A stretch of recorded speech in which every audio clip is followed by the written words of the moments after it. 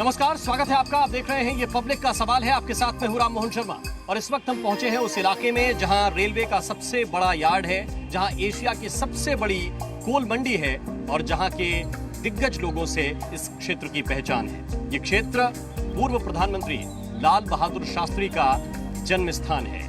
यहीं से कांग्रेस के दिग्गज नेता पंडित कमलापति त्रिपाठी उनकी एक कर्मभूमि रही और देश के मौजूदा रक्षा मंत्री राजनाथ सिंह भी इसी जिले से आते हैं। इस जिले को धान का कटोरा कहा जाता है।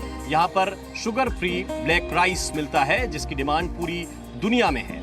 और ये वो क्षेत्र है जहां पर पहले मुगलों की 2 सराय हुआ करती थीं, जिसमें उनकी सेना के लोग और व्यापारी आकर रुका करते थे और इसीलिए इस क्षेत्र को मुगल सराय कहा जाता था। लेकिन मौजूदा सरकार ने इसका नाम बदला और अब इसे पंडित दीनदयाल उपाध्याय नगर कहा जाता है। तो इस क्षेत्र में नाम बदलने के साथ साथ और क्या क्या बदलाव हुए हैं ये यहाँ के स्थानीय लोग बताएंगे, यहाँ के स्थानीय जनप्रतिनिधि बताएंगे। उनके बीच चलते हैं और जानते हैं पंडित दीनदयाल उपाध्याय नगर की पब्लिक का सवाल क्या है।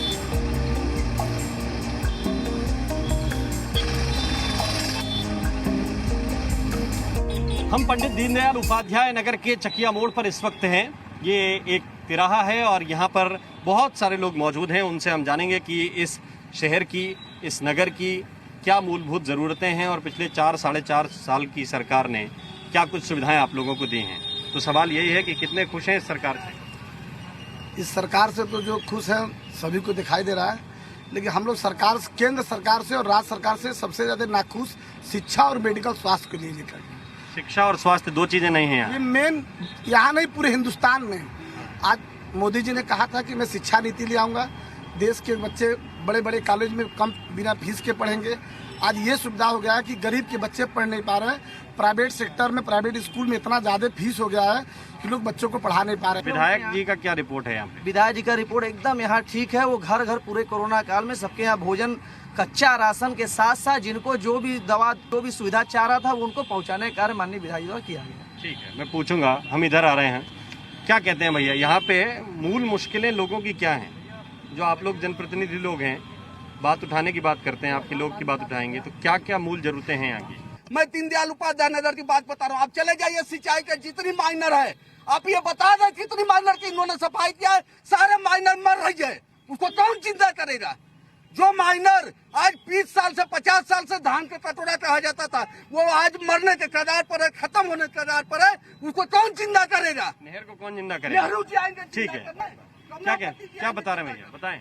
धन्यवाद। मैं आपको बता देना चाहता हूं कि अब तक जनपद के विकास के मामले में जिस कदर से हमारे सांसद और भारी उद्योग मंत्रालय के मंत्री रहने वाले हमारे सांसद डॉक्टर महेंद्र नाथ पांडे और विधायक श्रीमती साधना सिंह के वजह से आज जितने माइनरों की ये बात कर रहे हैं, वहां तक सुरमुनि चौबे, अरे सुरमुनि तिवारी और आपके क्या नाम है, राणा प्रताप सिंह जैसे लोगों को आप वहां पे इस पूरी जनता से पूछ सकते हैं कि कितने माइनरों में जा करके स्वयं एसडीएम को फोन करके किस किस तरीके से जेसीबी बुलवा करके माइनरों की सफाई करवाई है। उस जगह ऐसे लोगों का आंख नहीं खुलता। और दूसरी बात, केंद्र सरकार की ये बात करते हैं कि इनको इनका पेंशन नहीं मिला। जरा जाके पता कर लीजिए कि न जाने नगर पालिका के कितने कर्मचारी हैं, न जाने पीडब्ल्यूडी के कितने ऐसे कर्मचारी हैं जिनको कि अगर भत्ता नहीं मिला। इस कोविड-19 को देखते हुए सरकार ने अपने सारे वॉरियर्स को एक जगह पे एकत्रित करके जिस तरीके से कोरोना काल के युद्ध को जीता है और जिस कदर से आज हमारे यहाँ के लोग बिना मास्क लगाए भी अगर खड़े हैं,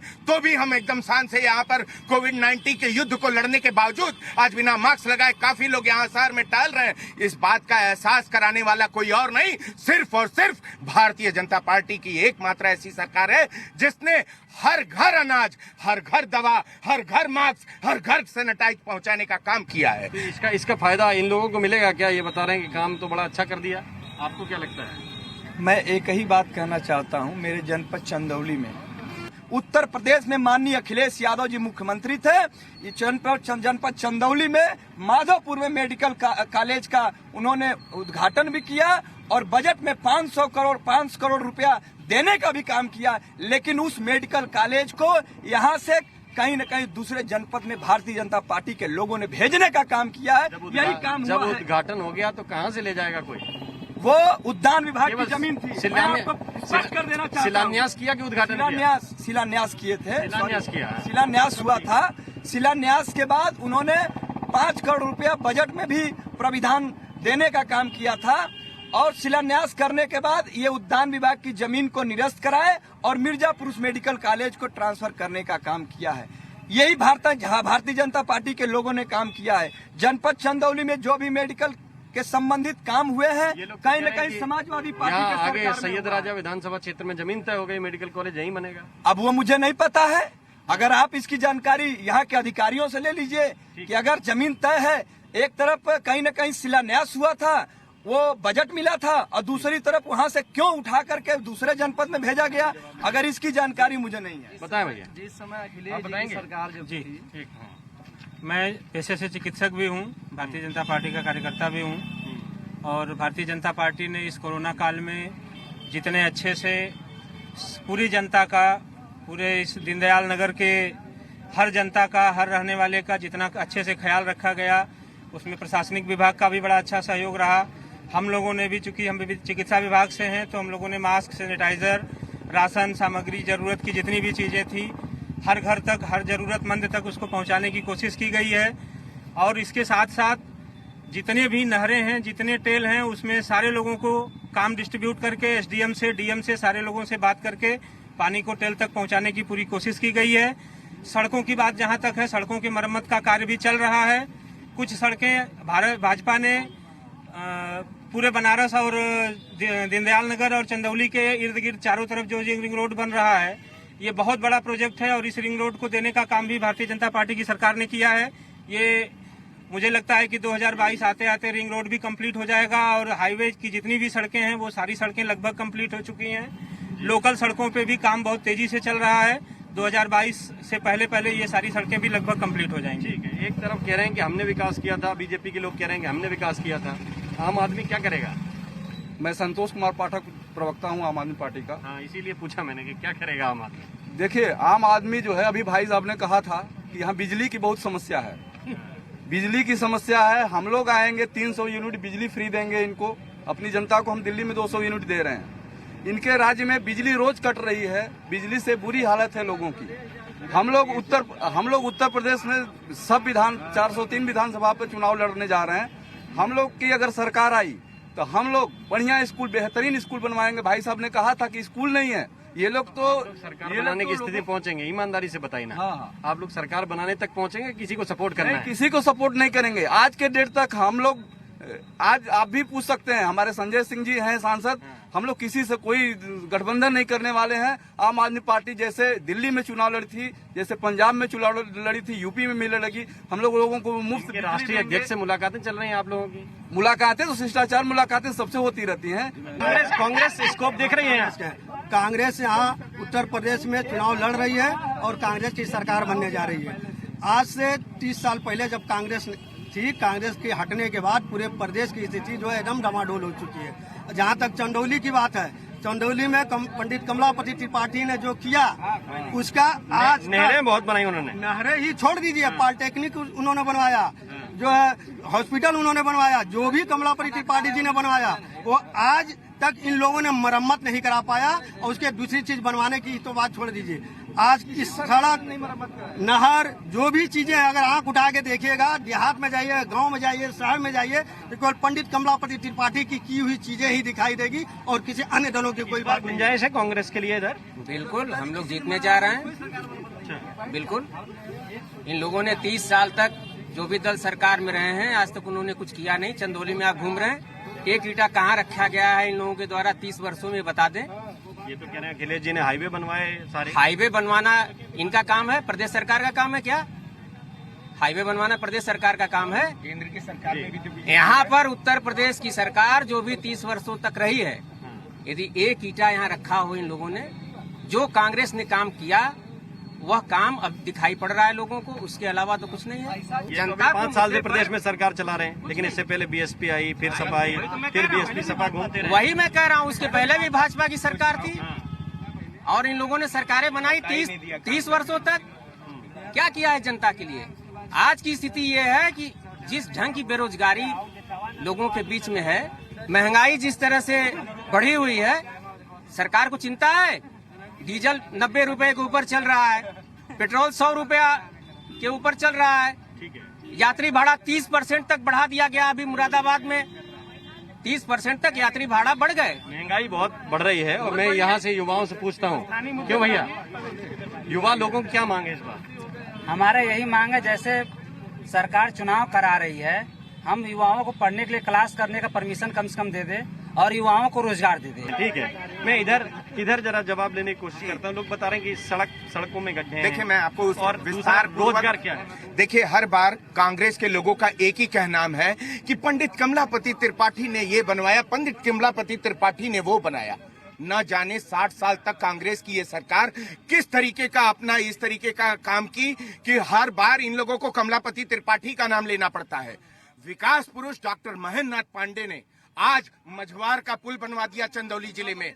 उसके बाद तारा जीवनपुर के आगे वो विकासपुर, वो आने वाले वो विकास पुरुष के बाद वो विकास पुरुष मैंने कहा है, कमलापति पुरुष वो हमारे लिए सम्मानित है, कमलापति हमारे लिए सम्मानित है।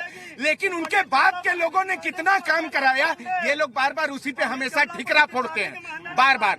और रही बात, डॉक्टर महेंद्र नाथ पांडे ने आपका चोचकपुर पीपा का पुल बनवा दिया, मझवार का पुल बनवा दिया, तारा जीवनपुर में जाकर के देखिए वहां का पुल बनवा दिया। 1,39,00,000 करोड़ रुपए का क्या नाम है, यहाँ साहूपुरी का क्या नाम है रोड बनवा दिया। न जाने कितने जगहों का प्रोजेक्ट चल रहा है, उसके बारे में कोई इम्प्लीमेंट करने वाला नहीं है। इसके लिए ये लोग बौखला गए हैं, पूरा इतना बौखला गए हैं। 6 महीने में जाने वाले हैं।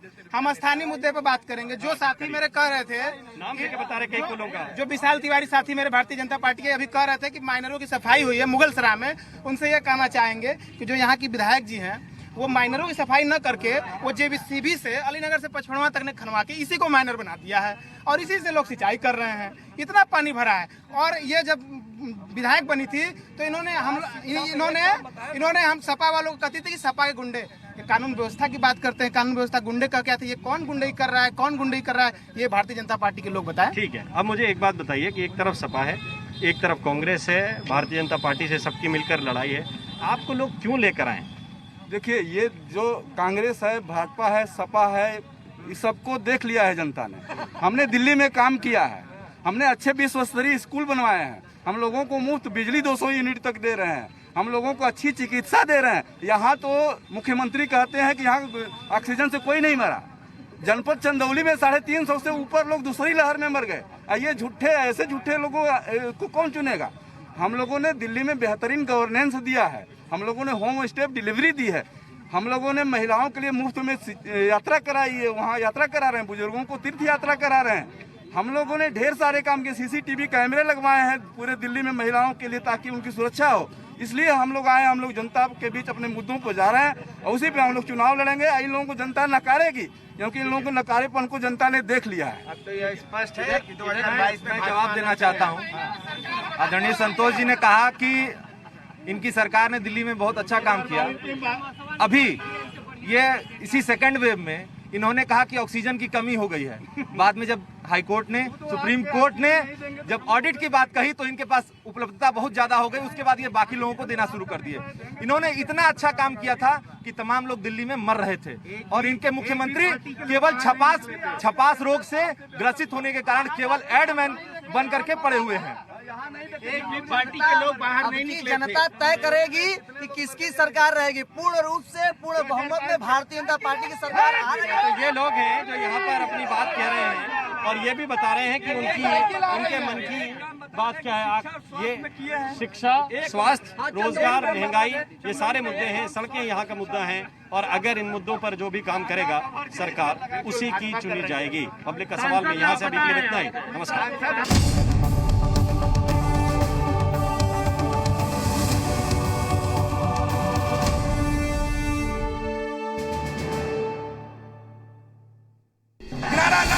देश का गौरव, विश्व का साथ। वे भारत को मजबूत नहीं, मजबूर बनाना चाहते थे। आने वाले समय में आपका सहयोग समर्थन इसी तरह मिलेगा तो समाजवादी पार्टी और आपकी मिलकर के सबसे बहुमत की सरकार होगी। इस बार ये लोग भारतीय जनता पार्टी के किसी भी बहकावे में नहीं आएंगे, बल्कि दलितों की तरह ये अटल रहेंगे। हर चीज़ का इस्तेमाल इसीलिए किया जा रहा है कि लोकतंत्र यहाँ से खत्म होगी। तो हम लोकतंत्र के पक्ष में खड़े होने के लिए आए हैं, जनता के पक्ष में बोलने के लिए आए हैं कि हम ऐसा होने नहीं देंगे।